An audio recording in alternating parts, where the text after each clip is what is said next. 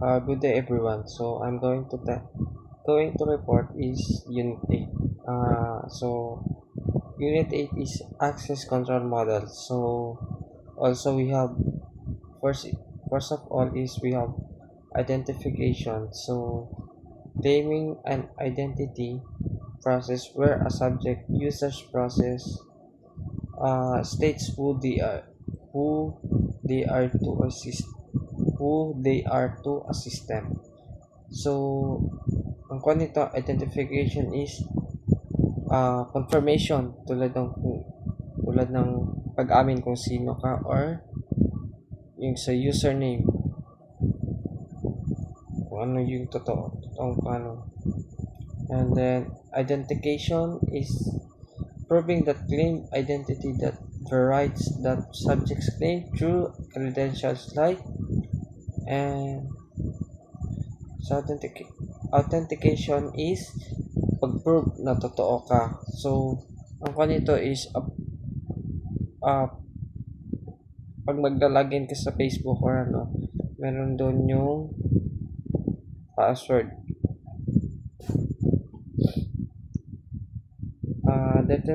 Determining permission. So, the focus of this unit deciding what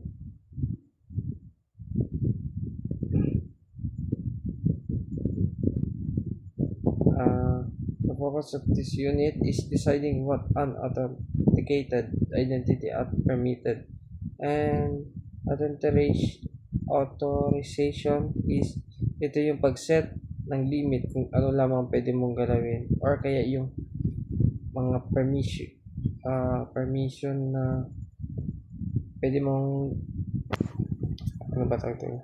Yung limit lang yung access mo sa system. Second is discretionary access control or DAC.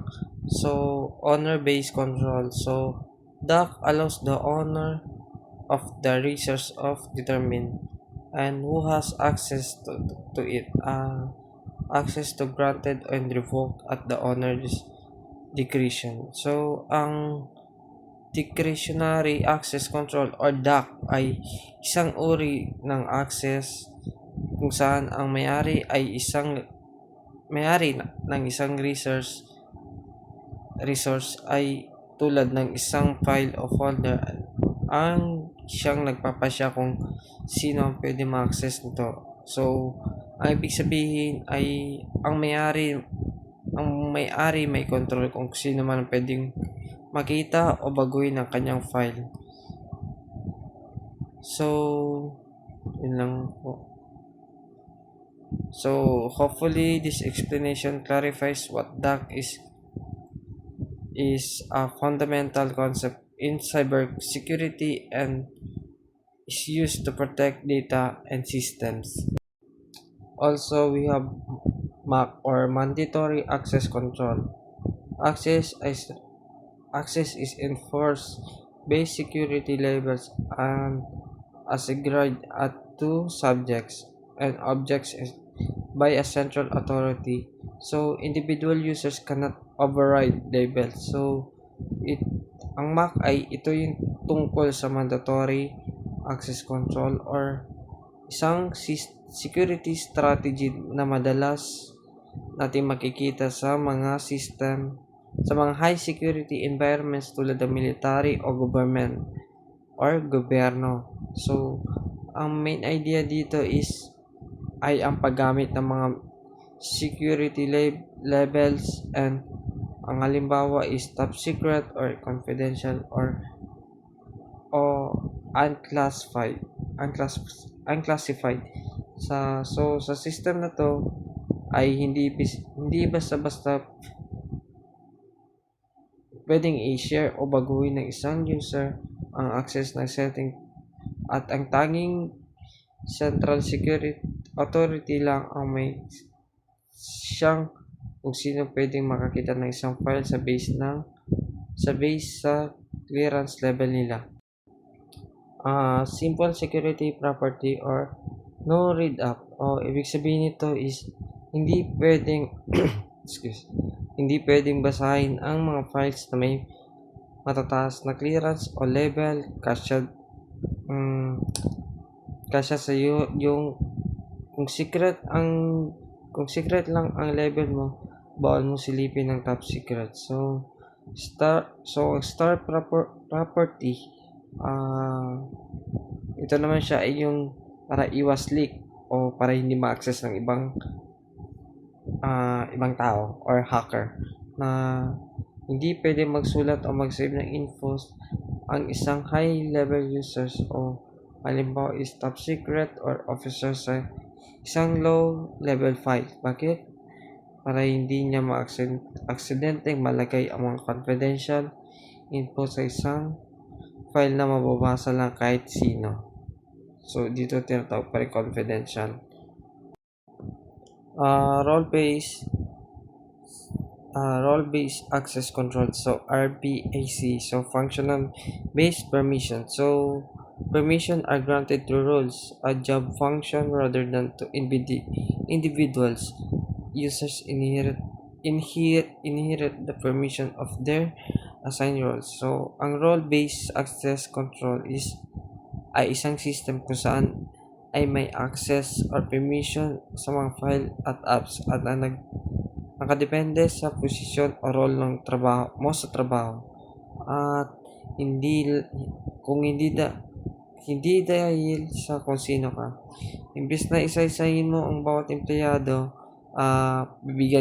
bibigyan lang sila na set ng roles. Ang bawat job function. So halimbawa dito manager, HR and development. So narito ang benefits ng ilan. So simple administration. Hindi lamang mag-adjust ng permission sa isa't isa kung anong role ng group, yun ay susundin ng system. Role-based access control. So dito sa RBI University Implementation, pinapakita kung paano hinahati ang access sa school portal based sa role mo para iwas gulo at secure sa data. Hindi pwedeng lahat ay may power na mag-edit ng grades o mag-delete ng accounts. Ito ang mga breakdown na rules. So, student ang pinaka-limited na access and view only lang sila. And faculty is sila lamang ang nag-upload ng mga lesson at input ng mga grades. And we have register. So, mas mataas ang level nito dahil sila ang nag-aasikaso ng transcript at final grade sheets. And admin is a god mode. Sila ang nag-manage ng mismong system gumagawa ng accounts. So, attribute-based control, ABAC.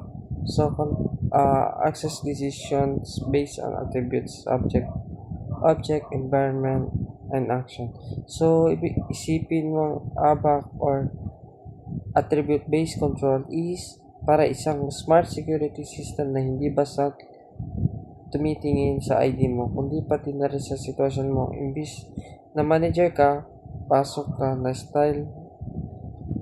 style ng lumang RBAC ay ang ABAC ay gumagamit ng attributes criteria na subject is kung sino ka. Example dito is yung doctor.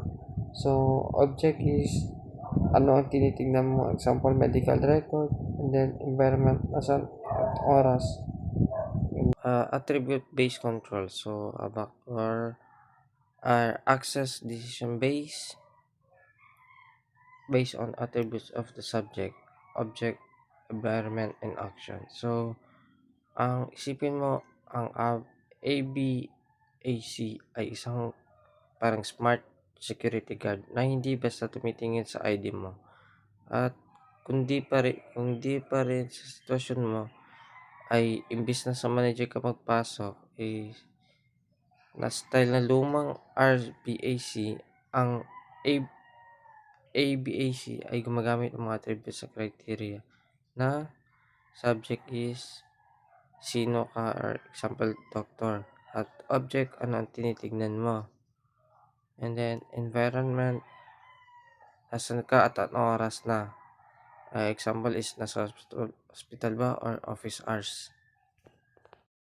And then basically pinapakita dito kung paano naglalaban ang DAC, AMC, RBAC at ABAC at iba-ibang aspekto. So, ang DAC or dictionary ay parang Google. Ito ay may-ari ng file at kaya ikaw ang masusunod kung sino ang pwedeng gumawa makakita. At sobrang flexible pero mahirap i-manage kapag maraming ng user. Mac or MAC mandatory. Dito ay parang military level. Sobrang strict dahil sa central authority na nagdi-decide based sa security clearance. Hindi ito basta-basta nagbabago. Kaya low flexibility siya. And then RBAC or role based. Pinaka-common sa mga enterprises o kumpanya like sa Katsu Portal. Ang access mo dito ay depende sa role na halimbawa student versus admin. And then sobrang ganda nito sa scalability dahil mabilis mag-manage ang maraming tao by group. And then ABAC attribute base. Ito naman ay ang brainy version na ginagamit at sa cloud at health system. Pinaka-flexible kasi hindi siya tinitingnan pati sa time, location at iba pang attributes. Parang yung BSP policies. And ang catch lang medyo complex siya i-setup sa simula. Hospital ABAC. Ginagamit ito sa mga security, electronic health records or EHR. At hindi sapat ang doktor ka lang tinitignan sa system subject kung sino ka or object kung anong file at environment. And bago payagan makakita ng sensitive data ng pasyente ay RBAC complex ay pinag-uusapan dito yung toxic combination. Halimbawa kung paano ang isang user na parehong faculty at admin magkakaroon ng conflict sa powers niya at kailangan ito ayusin para hindi maabuso or abuse ang access. And government documents dito ay pinagkukumpara ang DAC at MAC or MAC pagdating sa gobyerno at intelligence agencies sa mga governor sa mga top secret na file sa bansa at limitado ang MAC dahil sa higpit ng kumpara sa flexibility ng DAC or DAC.